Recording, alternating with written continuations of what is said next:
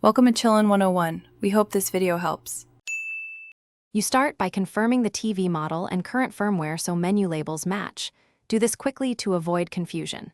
Next, make sure your source device is connected to the correct HDMI port and powered on so you can see changes live. Then you open settings and go straight to picture or display options. This is where aspect ratio, zoom, and screen size controls live. Once done, keep the remote in hand and be ready to toggle through options to view real-time results.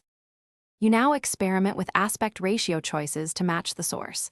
Select 16, 9 for widescreen content or 4, 3 for legacy material, and use auto when available to let the TV detect the correct format. Make sure to check just scan or screen fit to eliminate overscan and preserve full image. This is important for seeing menu edges and text clearly.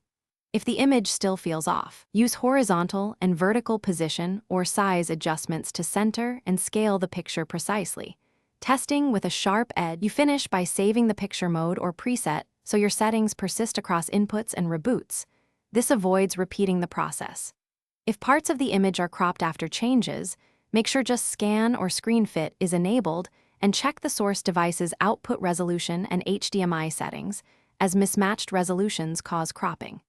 If adjustments fail to apply, power cycle both TV and source and recheck firmware. Often a restart clears communication glitches and restores expected. Thanks for watching. Consider subscribing if we helped you.